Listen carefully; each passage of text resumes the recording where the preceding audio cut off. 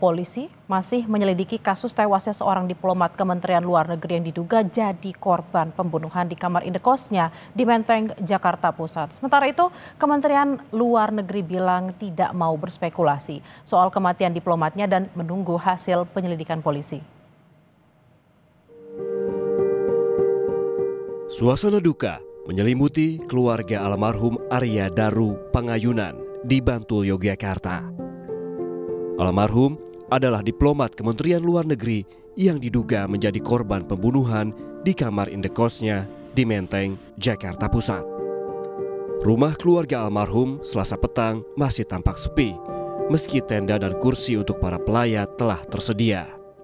Menurut warga setempat, keluarga almarhum masih berada di Jakarta untuk mengurus pemulangan jenazah. Rekan sekolah almarhum semasa SMA mengaku kaget mendengar berita duka itu. Almarhum dikenal sosok yang baik dan jarang berselisih paham dengan orang lain. Ya agak kaget juga kita, apalagi melihat beritanya di beberapa berita online sudah masuk berita, terus kita ya masa sih dia punya musuh, atau mungkin masa sih ada yang nggak suka sama dia gitu. Ya mari kita lihat bagaimana penyelidikan kepolisian aja sih. Teman yang baik juga, bahkan mungkin bisa dibilang termasuk yang dari segi pendidikan dia termasuk pinter ya anaknya. Kalau kita ngelihat dari dulu dia nggak pernah punya musuh sih mas. Kementerian Luar Negeri menyampaikan duka cita atas meninggalnya diplomat Arya. Kemlu menyebut Arya merupakan diplomat fungsional yang selama ini bertugas menangani isu perlindungan WNI. Kemlu menyerahkan penanganan kasus ke polisi dan pihaknya tidak mau berspekulasi soal kematian diplomat muda ini. Diplomat fungsional muda dari Kementerian Luar Negeri, selama ini beliau bertugas dalam menangani isu-isu perlindungan WNI. Dalam hal ini Kementerian Luar Negeri menyampaikan duka cita yang mendalam kepada pihak keluarga almarhum meninggalkan seorang istri dan 2 orang anak. Kementerian Luar Negeri saat ini sudah menyerahkan kasusnya kepada pihak berwenang dan kita akan mendukung proses yang dilakukan oleh pihak kepolisian. Ya, kami tidak ingin berspekulasi, ya kita tunggu hasil penyelidikan dari pihak polisi. Ya. Sementara itu, tim dari Satuan Reskrim Polsek Menteng, Polres Metro Jakarta Pusat, dan Polda Metro Jaya berupaya mencari barang bukti. Dari hasil olah TKP, diketahui tidak ada barang-barang korban yang hilang. Polisi sudah memeriksa 4 saksi, diantaranya penjaga indekos dan istri korban, termasuk memeriksa kamera pemantau di lokasi kejadian. Ada 3 orang. 3 sampai nanti sama istrinya nyampe ke sini 4 orang saksi yang akan kita periksa.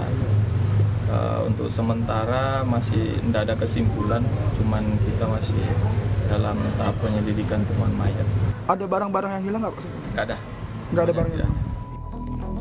Sebelumnya, seorang diplomat ahli muda Direktorat Perlindungan WNI Kementerian Luar Negeri ditemukan meninggal di indekos kawasan Menteng, Jakarta Pusat. Korban ditemukan dalam kondisi kepala tertutup lakban.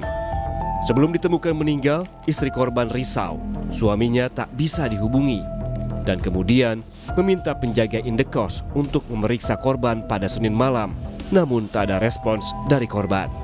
Pada Selasa pagi, penjaga indekos membuka paksa kamar dengan kunci duplikat dan melihat korban ditemukan meninggal dunia. Untuk mengetahui penyebab pasti kematian, korban dibawa ke RSCM untuk proses otopsi. Tim Liputan, Kompas TV.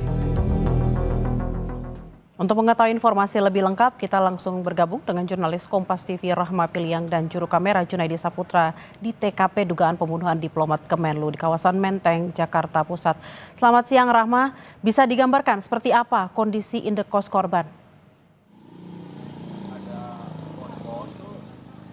Iya Bella, saya berada di depan pekarangan kos indekos dari korban, dan sini akan menggambarkan bagaimana dengan suasana yang ada di sini. Memang kalau kami pantau sejak pagi tadi tidak ada aktivitas yang mencolok begitu ya Bella dan juga saudara, dan juru kamera Kompas TV Junadi Saputra akan memperlihatkan inilah dari kondisi indekos yang di mana memang untuk aksesnya ini sangat ketat, di mana untuk dari orang atau penghuni saja yang akan masuk ini harus melewati pintu yang ada aksesnya begitu. Dan juga Bella dan juga saudara, ini adalah gambaran dari kamar korban di mana memang dapat dilihat masih ada garis polisi yang terpasang di depan pintu dan juga di depan jendelanya. Ini berarti untuk penyelidikan ini masih dilakukan oleh pihak kepolisian, begitu ya Bella dan juga saudara. Tapi memang kalau kami gambarkan di sini untuk situasinya sunyi dan juga sepi, tidak ada aktivitas yang terlihat. Kami juga sempat bertanya-tanya dengan yang ada penjaga warung atau toko yang ada di sini. Memang untuk aktivitas dari penghuni kos ini tidak terlalu mencolok begitu. Dan kalau kita gambarkan juga Bella dan juga saudara, memang ada CCTV yang berada di sini. Tepat di dekat akses masuk ini ada satu CCTV dan juga di depan kamar korban ini juga ada CCTV, dan di luarnya ini juga ada CCTV. Total di sini ada 4 CCTV yang ada di sekitaran indekos ini. Tapi memang kalau kita lihat ya Bella dan juga saudara, bagaimana dengan kronologi ditemukannya diplomat Kemlu yang ditemukan meninggal ini di kamar indekosnya pada Selasa pagi. Memang kalau dari kronologi yang kami dapatkan begitu ya, yang disampaikan oleh pihak kepolisian juga dari pemilik kos atau penjaga kos ini memeriksa langsung kamar dari korban dan menemukan bahwa korban ini sudah tidak bernyawa dan dalam keadaan terlilit lakban begitu Bella dan juga saudara. Mengapa dari penjaga kos ini langsung ngecek kamarnya? Karena memang dari malam Selasa begitu ya Bella dan juga saudara, dari istri korban ini mencoba menghubungi korban namun tidak ada respon. Makanya dari istri korban ini melaporkan kepada penjaga kos dan meminta untuk penjaga kos ini mengecek langsung dari kamar korban ini sendiri, dan ditemukan memang pada pagi hari korban ini tidak dalam keadaan bernyawa begitu. Dan untuk dari jenazah korban ini sudah dibawa ke RSCM untuk dilakukan otopsi. Dan untuk saat ini memang Bella dan juga saudara, kondisi di sini masih terpantau sepi begitu, tidak ada penjagaan juga, tidak ada juga polisi yang dalam melakukan penyelidikan lebih mendalam. Bella. Rahma, lalu bagaimana perkembangan kasusnya? Karena tadi Anda mengatakan ada 4 CCTV yang dipasang di indekos tersebut. Lalu apakah memang penjaga kos atau pemilik kos juga sudah dimintai keterangan oleh polisi? Ya, benar sekali Bella, memang ada 4 CCTV yang terpasang di luar pekarangan begitu ya, dan ada 1 CCTV yang berada di dekat dengan kamar korban begitu. Nah, untuk penyelidikan dan juga bagaimana untuk penyelidikan lebih mendalam begitu, pihak kepolisian ini terus melakukan pendalaman.